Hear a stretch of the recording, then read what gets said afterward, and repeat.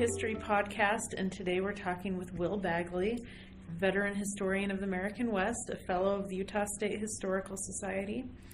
And what prompts this interview is an article in the fall 2016 issue of the Utah Historical Quarterly about a man named Felix Marion Jones. It's an unforgettable story about one of the survivors of Mountain Meadows Massacre.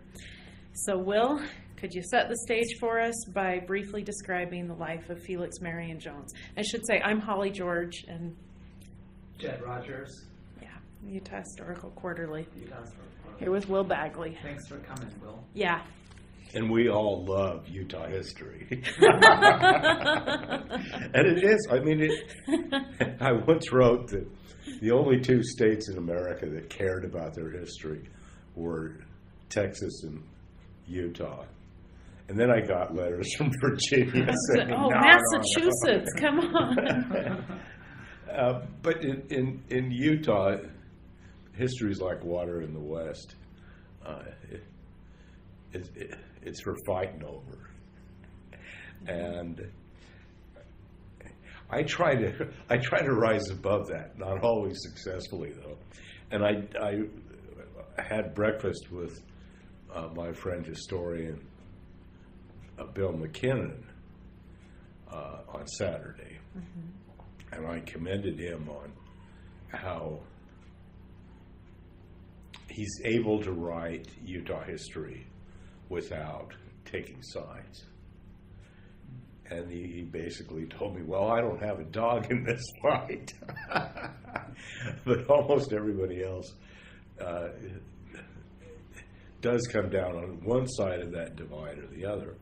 But a good historian has to be true to the history and not to the politics. Yes. Because history can be said to be politics warmed over, but it should be more. Could you tell us about F.M. Jones? Yep.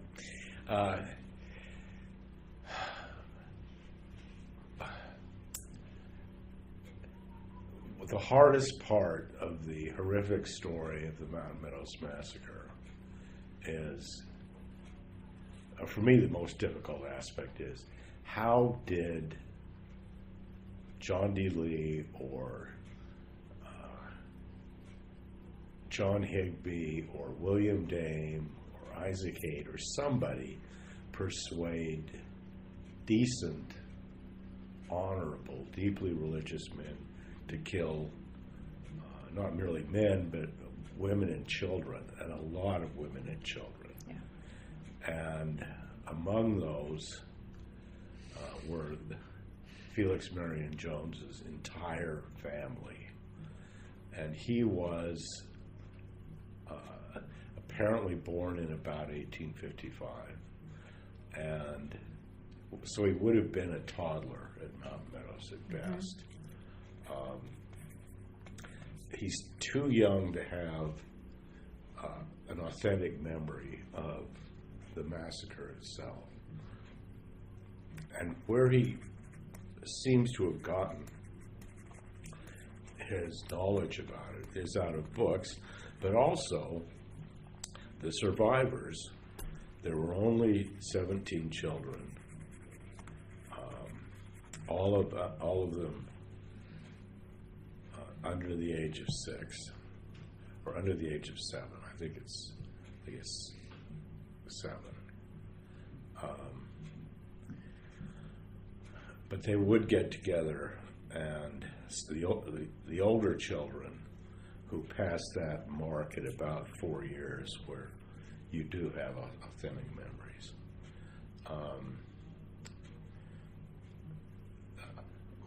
One of them was named Rebecca Dunlap, and I discovered an interview with her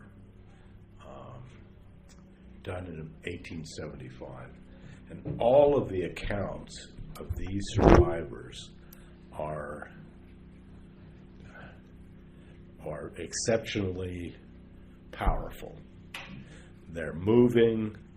They offer details about this event that we wouldn't know otherwise. And they're consistent. As a historian, you have to judge evidence by a whole range of circumstances and characteristics, very much like a criminal lawyer or judge has to judge testimony based on pretty exact standards.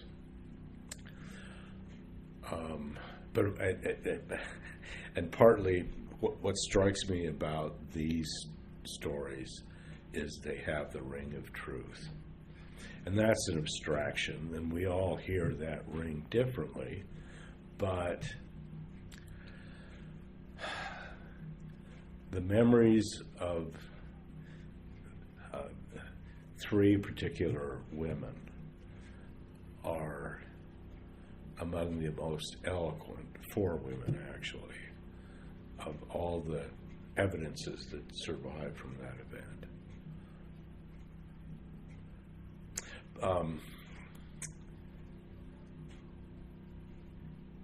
But what struck me about Francis Marion was that he was fairly typical of his time and place, because he was born in the Ozarks.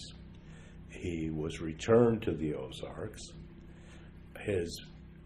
He had a complicated Southern family, and he seems to have been finally parked at his aunt's house, and her husband apparently was a real beast, and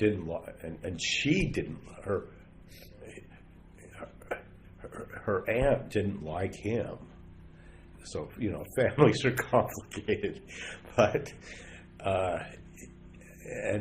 we're looking at the 19th century where in a frontier culture, which are tough. They're really hardscrabble,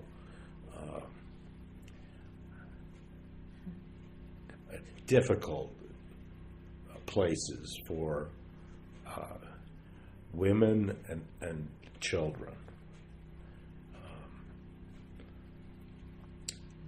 I came across a quote in an Overland Journal by Luther Gould, and he'd come to Utah in 1862, and he said, "The people around here say Utah is a great place for men and horses, and it's hell on women and oxen." And the South was hell on women and children. But so he gets a beating when he's about 16 years old, and that's it. That's enough. He leaves and walks to Texas. He'd been raised in Arkansas during the Civil War when it was a border state, and was absolutely devastated. A lot of the records we'd like to have of these people were burned up in courthouses. But he gets to Texas, and he's apparently got some relations there.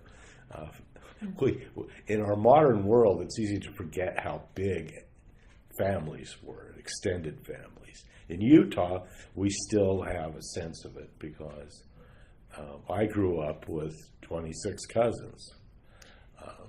And family is maybe more elastic of a term when you have that big of an extended family. Exactly. And my kids have almost all the kids born since 1980 that I know have very few cousins, and maybe one or two aunts or uncles. But families can be enormous, as we know in Utah. And they're important for human survival. It's how people make connections and survive. But what Felix does is he settles in the Caliche Hills, and I thought caliche was a term unique to Texas, but no, there are caliche hills in Utah too, and it's a very poor soil. Oh, we had caliche in Las Vegas. That white stuff that you have to dig through. I hated caliche. I just made that connection. It's but the caliche hills turned out to be just prime terrain for mohair goats. And mohair was a big business. In this age of nylon and polyurethanes, it's hard to forget that before 1940, clothes were made out of wool, cotton, linsey woolsey, or some combination of natural organic materials. And mohair, being goat hair, is a really tough, resilient fiber and makes fantastic sweaters. And you still see different regions. I believe South America has a number of variations on that. He settles down. He marries a woman who is I think her name's Mary Reed, and she's either she's a quarter Cherokee or probably not Cherokee, but Comanche. And I found out since, because I visited Texas, that Palo Duro Canyon was a refuge for Native peoples, and it's one of the big surprises that you find in Plains country, because it is a natural spot that is absolutely beautiful. And there were a number of different peoples who would use it as a winter refuge on the Staked Plains, which is one of the most desolate places in the world. And you can very much see that heritage in Martha Ann Reed is her name. But what you can really see is her mother came to live with Felix Marion, and her Indian heritage is dramatically apparent. I just put in front of you some of these remarkable photographs that you use in the article.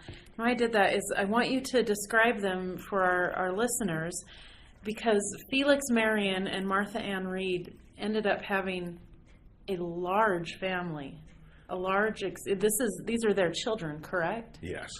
They had 7 or 8 children. That's a large family. Yeah, well, it is now. It was sort of common back then. You bear 7 children, you've won a prize. Let's see. 1, 2, 3, 4, 5, 6. Well, they had a lot of children. And the first one is a very plain photograph of Felix and Martha Ann about 1885, probably early in their marriage, and maybe at their marriage. It looks like it may be in a photographer's studio, although the usual setting is the setting of this one, if it is a studio, is pretty stark. The next picture, it comes from about 1909, and well, let's go through them chronologically. There's a picture of the family gathered in front of the shotgun house that the Joneses lived in at Copperas Cove in 1906. And you can see Felix Marion and Martha Ann aging through these different photographs. Darn it. That's unavoidable. I guess it is avoidable, but it's not preferential. Another one is of the family, or some of their family, from 1909. And this includes a portrait of Milam Alexander Jones, who was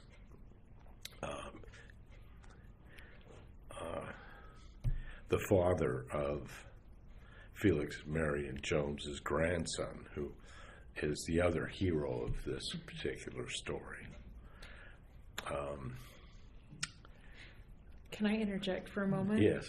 What I love about these photos and about this article is, so you go from the story of this poor child, this little boy, who is,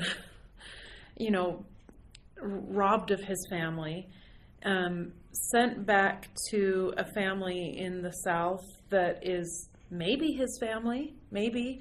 He says, I felt like I was too big to be one of them. He maybe physically didn't fit in with them. And then he goes on to Texas and he creates for himself this beautiful extended family, this beautiful family. So, there's a story of renewal. It's beautiful to me. So these photos to me are just a prize of this article that, you talk about going from nothing. From being an orphan, a baby at the Mountain Meadows tragedy, to creating a happy family. They look like they're functional. That's an enormous success. Oh, absolutely. And from what I can tell from what I've read in these photos.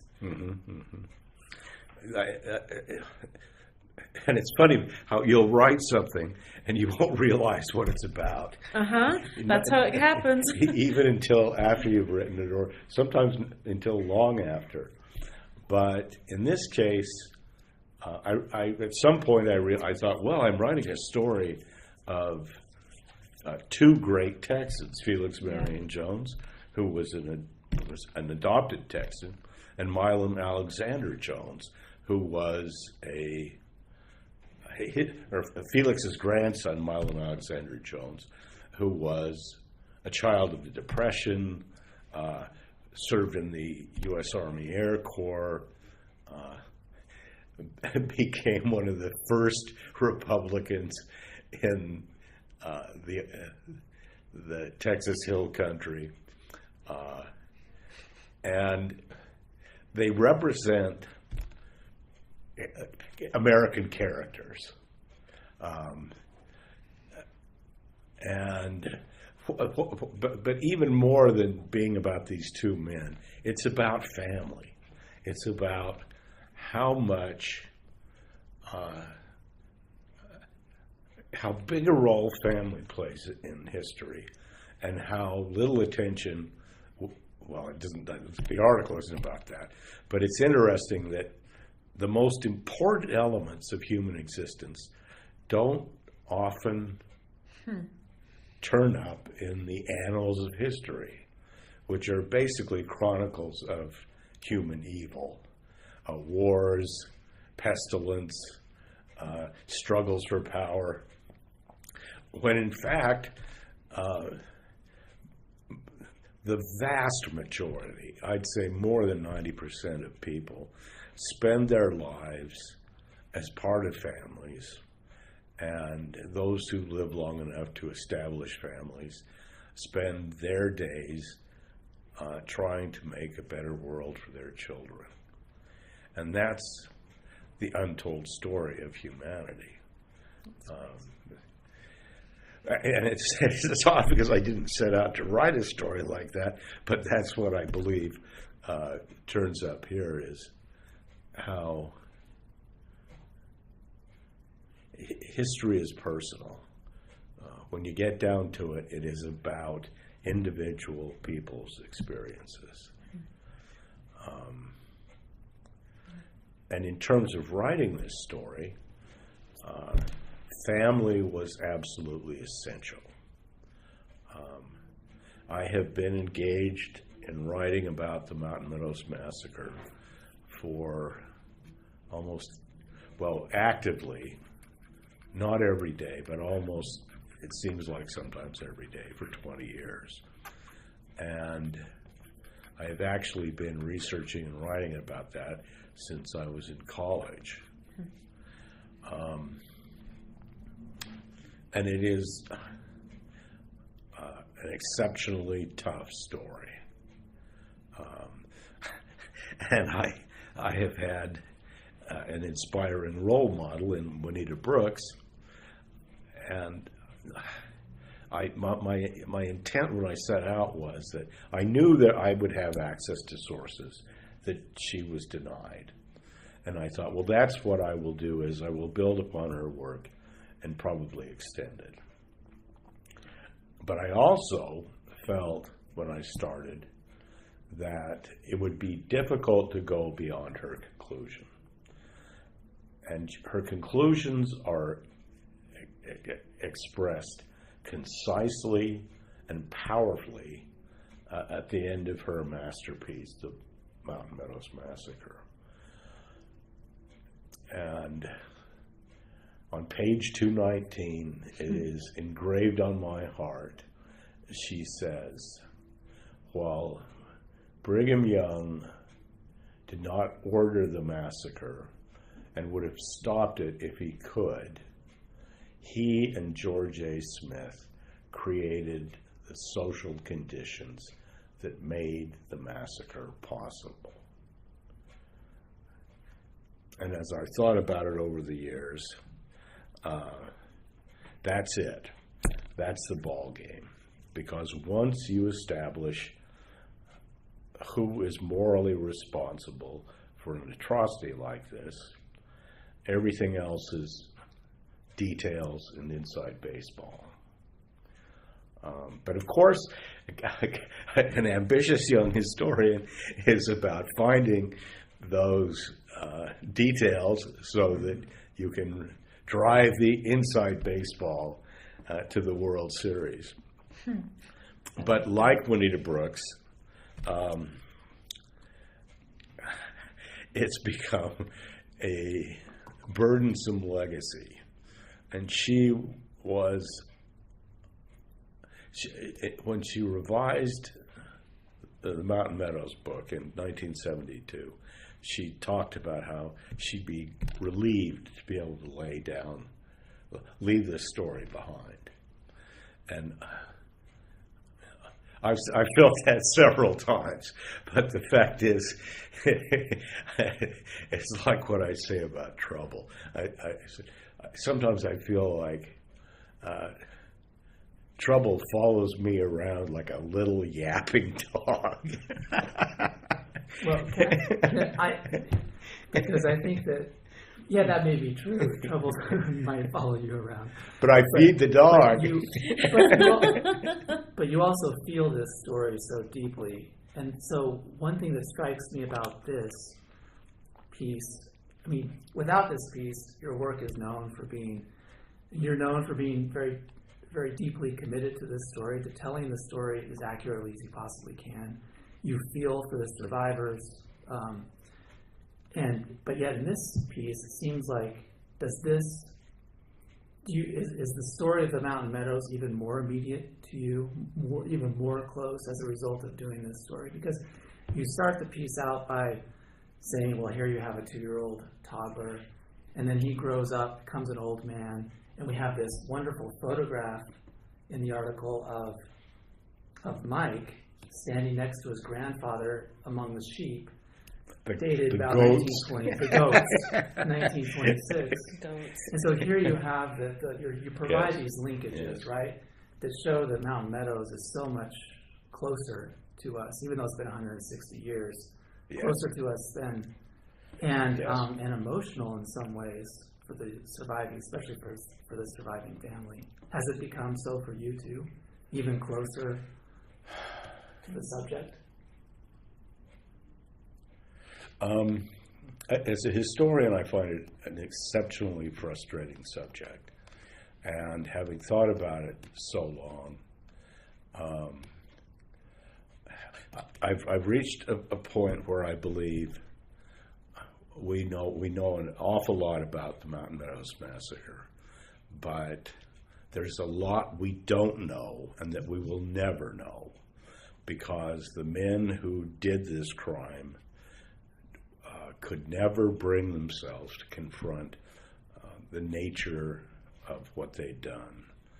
And they always took refuge in lies. And part of the article, the main part of the article, is about memory and how memory changes, how memory is a trickster.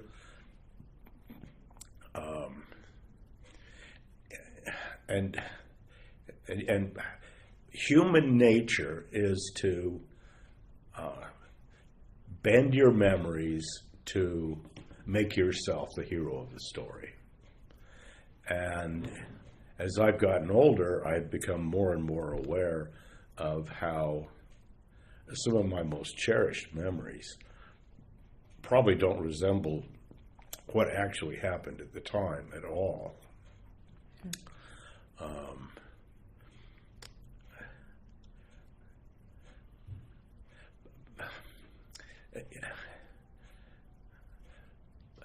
But what I discovered as I talked to F.M. Jones's grandson, who F.M. Jones taught Milam Alexander Jones, or Mike, to read out of a King James Bible, which the family still has. And that showed me how close as Americans we are to our history. We tend to think that, boy, 200 years is a long time. But if you go to Europe, you see the most magnificent church in the world was built 500 years ago with what we'd consider pretty simple technology. But it's hard to imagine that humanity would ever surpass the achievement of St. Peter's and Michelangelo. But then you can go to Istanbul and see Hagia Sophia, Santa Sophia, which is 1,500 years old. And appreciate that human beings have accomplished amazing things. And the United States of America is an entirely young whippersnapper. And if you look at our democracy, it's barely 200 years old. And I believe we're constantly in peril.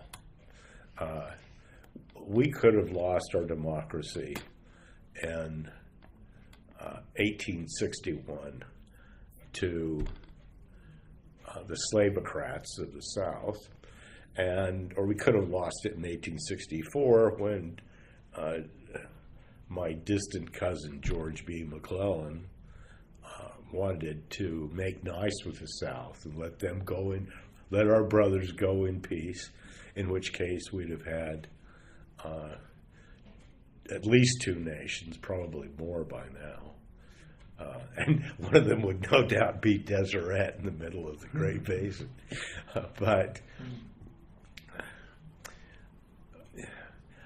But somehow America's always pulled through it. And we deeply love our nation, which is not uncommon. There's nothing exceptional about that. And we like to pretend that we represent the wing of Americana that is true to the original roots of America. Well, you can only really believe that if you don't understand very much how our democracy was cobbled together. And it was all based on complicated compromises, most of them centered around one of the great evils that has tormented and to this day torments American history, which was African slavery and racism. We see these dramas playing out on the streets of our big cities, on the banks of the Missouri River, where the Lakota Nation is confronting corporations over who is going to own the land and the water and the spirit.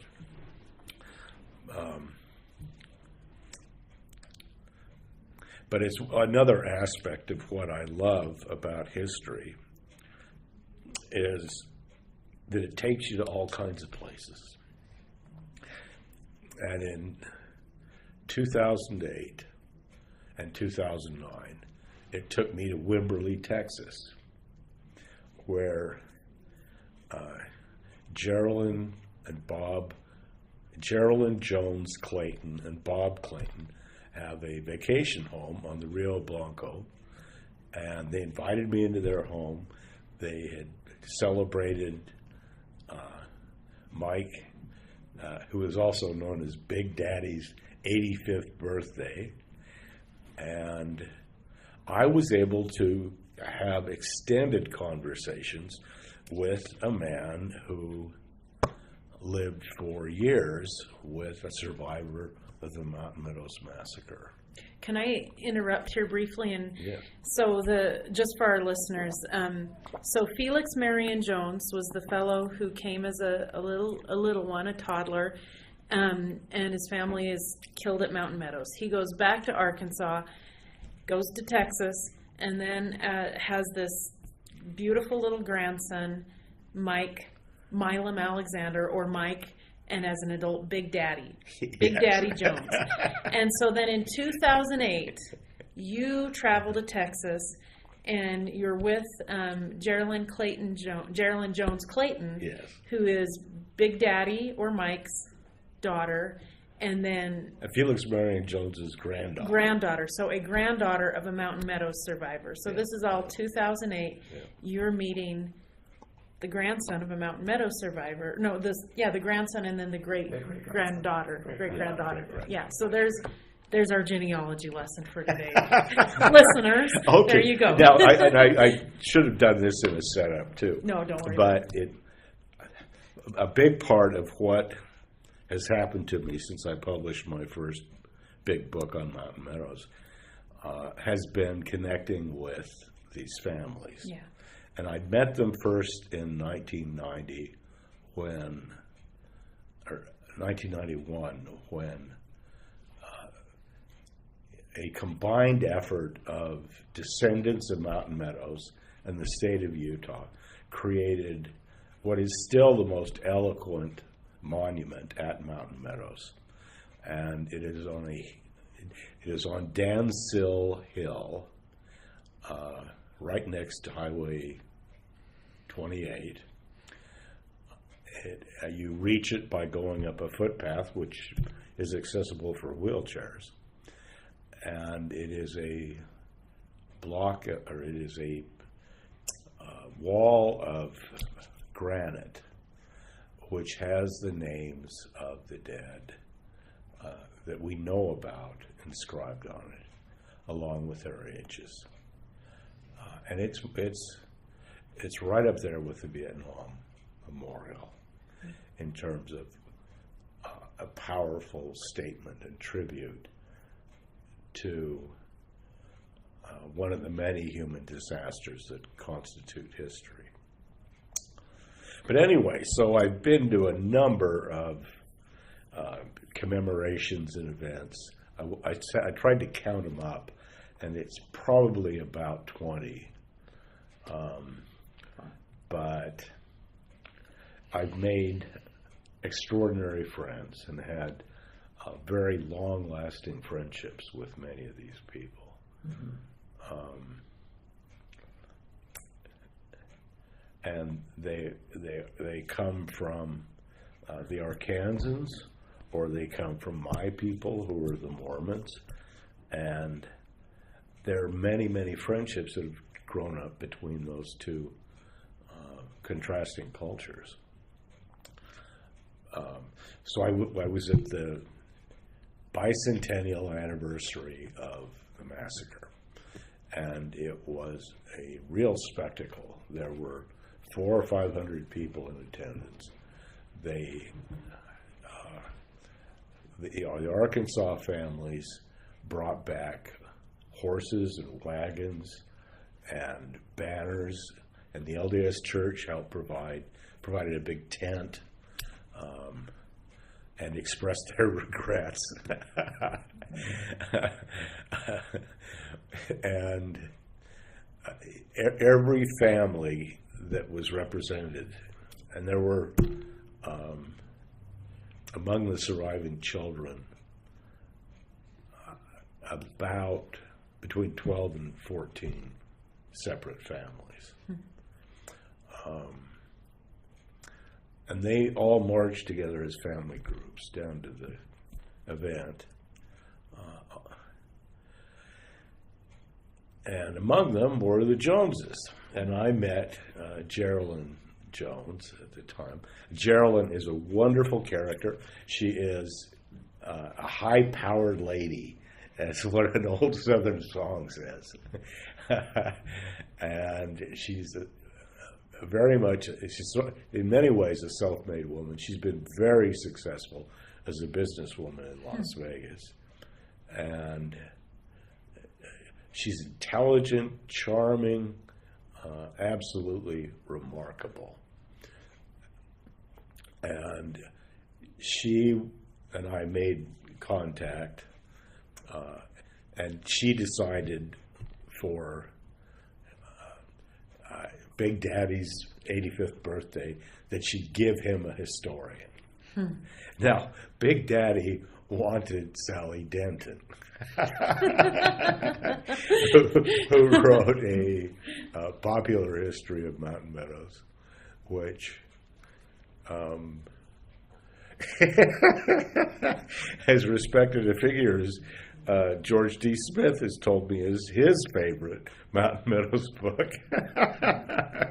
But as a historian, I have problems with it. And I know Sally, and I do like her, and she's done some fantastic work, especially a book called Money and Power about the building of Las Vegas. And she is a very good investigative reporter.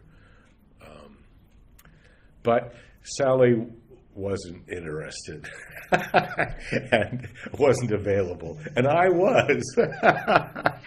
So I'd had diverticulitis, and to help my recovery, my wife Laura and I went on a cruise to the Mexican Riviera, which, as my brother characterized it, was essentially a tour of third world poverty. But it's not really that. It's also a spectacular physical setting. And it made me really wish I'd have spent my high school summers in Baja in the 1960s, when Cabo San Lucas was a little fishing village and not an industrial tourism site. But regret won't get you any place. And so Geraldine had contacted me, and she said, well, would you be interested in coming back or coming to Texas? And I said, well, I'll tell you what. If you'll pay a one-way on my ticket to Austin, I'll adjust my ticket to Los Angeles and transfer right over from there to Austin. So that's the only subvention I've had on this article. But the other subvention is hospitality, that I was welcomed into this home. I got to meet, if not all, I think I met most of Big Daddy's children and a few of their grandchildren. and we spent the whole time talking about all kinds of stuff. What really struck me was that Big Daddy had been a Republican forever. He had a remarkable life in the U.S. Army Air Corps. He was All-American football player. He played in the Orange Bowl in 1946, which Rice University won. He spent his life building power plant cooling towers. So he was a pretty good engineer. And he like Felix Marion Jones, he was a big man. He was tall. He was impressive. And as the article says, when I met him in 2008, he was using a walker. And he came around to the back of the Clayton's vacation home, which had a big porch, and that's where we spent a lot of time looking down at the Blanco River, which is beautiful. And he walked up onto the porch with some difficulty, and I walked over and shook hands with him, and he looked at me and he goes, and I realized he said, I used to be 2 feet taller. And I realized that I was looking eye to eye with him. So, but the impetus, the conversation really began with the need for him to tell his story or his memories about what his grandfather would tell him about the Mountain Meadows. And I found it really, you mentioned this in the article, that not only were the families, these children, these surviving children, their families were taken from them, but their identities were stripped from them as well. And that was the case for Felix Marion Jones. I mean, you have this quote said that Felix Marion Jones, told his grandson, I didn't think I was Felix Marion Jones. I felt like I was someone else too big for a Jones. And I'm wondering I don't know that you provide an explanation for what he means by this, or perhaps you do in the article, I can't recall. What did he mean?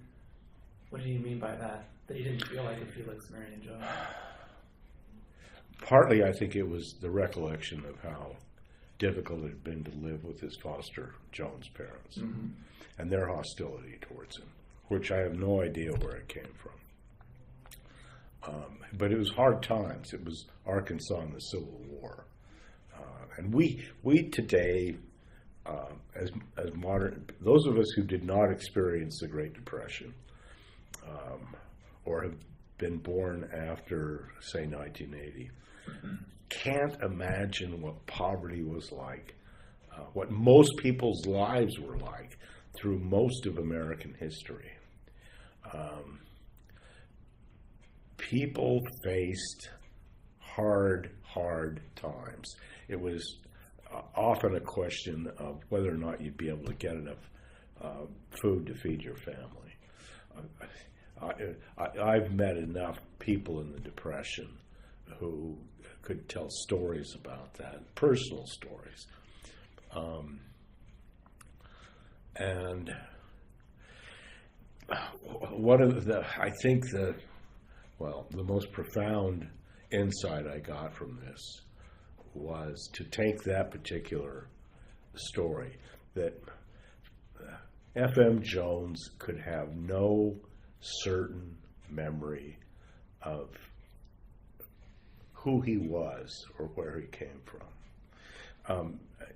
After I'd written the article and I gave it to Geraldine to check it out, she said, well, and in fact, I wrote the article and gave it as a presentation in either 2009, I think, at Mountain Meadows or at St. George. And I then put it into form to publish. But before I submitted it, I sent it to Geraldine, and I asked her, well, what do you think? And I put in the section where I go, not merely did the murderers steal these kids' families, they stole their identities. They stole the certain knowledge of who they were, from some of them anyway, and certainly from F.M. Jones. And we don't know for certain exactly who F.M. We don't know his exact. We say 1855 was his birth year.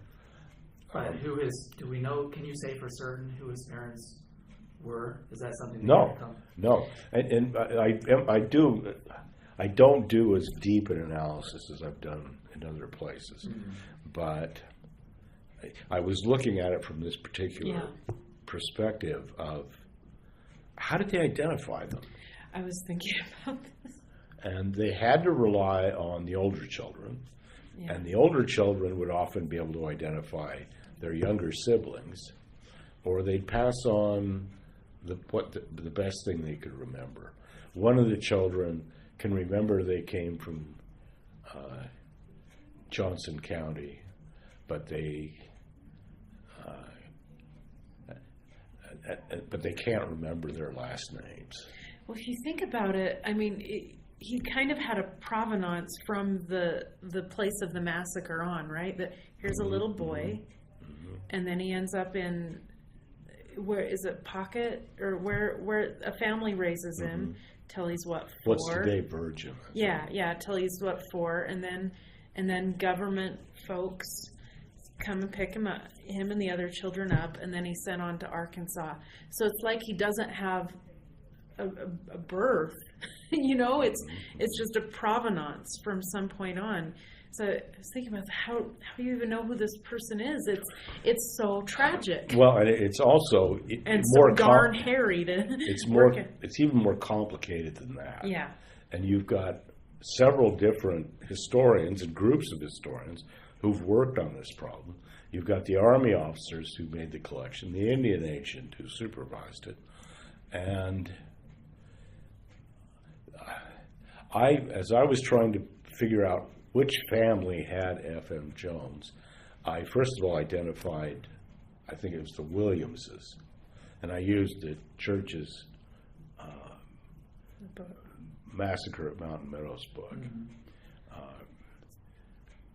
But looking at it again, I came up with the Williamses struck me as most likely because of the age of the child, and which would have made him the child that was the last one recovered. But I looked at the church's argument that Felix Marion Jones was with William C. Stewart, and it seemed to me the weight of evidence came down there. And this is another aspect of what a complicated, horrific story this is. The folklore about the brutality of William C. Stewart is phenomenal and terrifying. And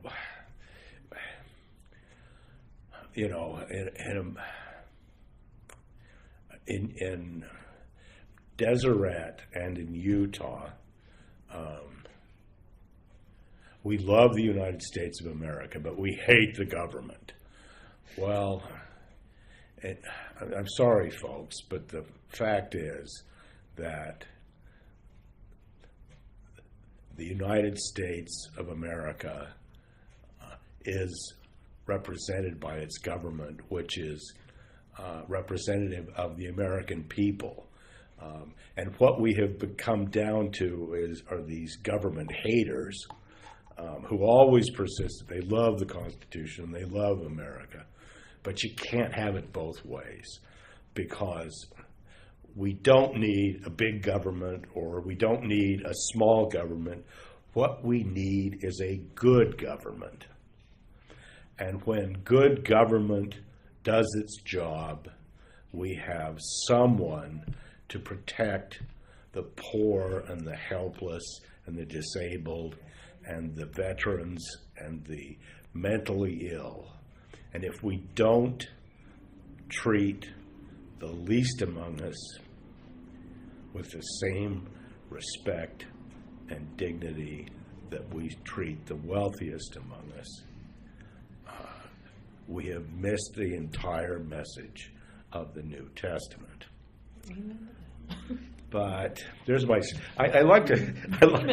As a historian, I should have been a preacher. I have a remarkable proclivity for sanctimonious pronouncements. So we don't know exactly the identity of all of these children, and we don't even know what their condition was like. You mentioned this in the article, when their condition was like when the government officials picked them up in 1859, took them back to Arkansas. What's your reading of that? What do you think the condition of the children were, having read all of the sources? Well, we have two contrasting opinions. Yeah. And again, it's very much along the Utah divide. We've got the anti-Mormons who say that they were abused and they were starved and they were filthy and ragged and probably lice-infested. And we've got the U.S. government officials who were sympathetic with the Mormons who say the children that I found were bright, intelligent, happy, and they were treated as well as the children as the Mormon children. And they were all poor. Right. And that's what the lesson here is, that all these people were poor. They had a few potentates among them, like John D. Lee and William Dame, who, like plutocrats everywhere, sucked up all the money, and everybody else was living on roots and what is it you get when you mill wheat and you've got bran? Oh. The leftovers from milling something. Wow. And one of the children went blind, and it is probably a disease that was common in southern Utah at the time, a result of that. From the malnutrition. Yeah. And I suspect that it varied from family to family. Wow. Some of these families treasured these children. One man told William Uncle Billy Rogers, who's another great forgotten Utah character, that he did have the child, but that his wife had grown very attached to him, and he really didn't want to have to tell her she had to give him up. And Rogers said, look, I'm an officer of the government, I have to do my job, and I have no right to give the child to you. So I'm sure it came down to the particulars of the environment. And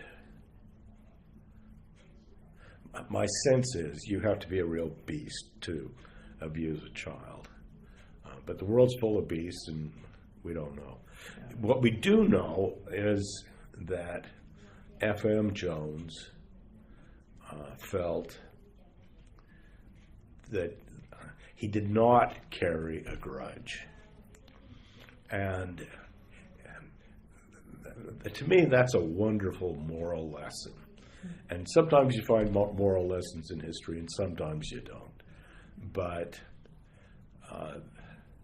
holding grudges, seeking vengeance, trying to get even is a losing game. It doesn't work. It's human nature, but it's destructive. I think that's a good place to wrap up. Well, keep going. One last thought was what Geraldine told me. She said, and this was I had the article ready to. I think I'd submitted it. It was the revision that I was going through, and she said, I often think about FM and how he survived this horrific murder of his mother. He was probably in his mother's arms. And then he's adopted and taken into a family, and he loses that mother too. And I quote her at the end of the article, so I won't attempt to second guess the quote, but it's that power. And I want to again express how remarkable it was to get to know this family, who wouldn't be here if Congress had not appropriated $10,000 to go back and track down the children, create a safe and comfortable way to get them back to the United States. And the Jones family shared their history and their lives and their treasures with me. And the most important of those treasures was the linsey woolsey suit of clothes that Felix Marion Jones gave to his grandson, Milam Alexander, and told him to take care of it, because that was the suit of clothes he wore back from Utah. It's remarkable. And having seen it, I looked at the seamstress work on it, and we have a report from Jacob Forney, the Indian agent, that he hired women in Santa Clara, Utah, to make up suits of clothes for the surviving children. Now, whether this came from a Mormon seamstress or not, probably, because they made additional suits of clothes later on. But what we are probably looking at is a surviving example of Utah needlecraft. And it is also the only, except for some grave goods that were excavated archaeologically, it is the only verifiable artifact connected with the Mountain Meadows Massacre that I know survives. But what I also experienced was culturally, the Jones family was very different than me. They were devout Baptists and rabid Republicans, and I am an agnostic socialist. So we had politically and culturally distinct differences. But because, and this has happened to me again and again in my career as a historian, because of our shared love of a particular past or a broader past, it brought us together. And it gave us a common way to talk about what really matters, what matters a lot more than who is president or whether it's better to be a believer or a non-believer. But what is important is to follow the great commandments of all of the world's religions, which is love one another. And that's it. Thank you. I should have been a preacher, shouldn't Should have been a preacher. Well, it's a beautiful, beautiful story to a sad event. Obviously, really fun. I mean, title is Touching History, and I think that's what you just described, is that process, how we are connected to things in the past, and how it, frankly, history can bring us together. For as cliche and trite as that might sound, it's true in this case. So, Thank you. great article. Thanks. Oh, thank you. All right.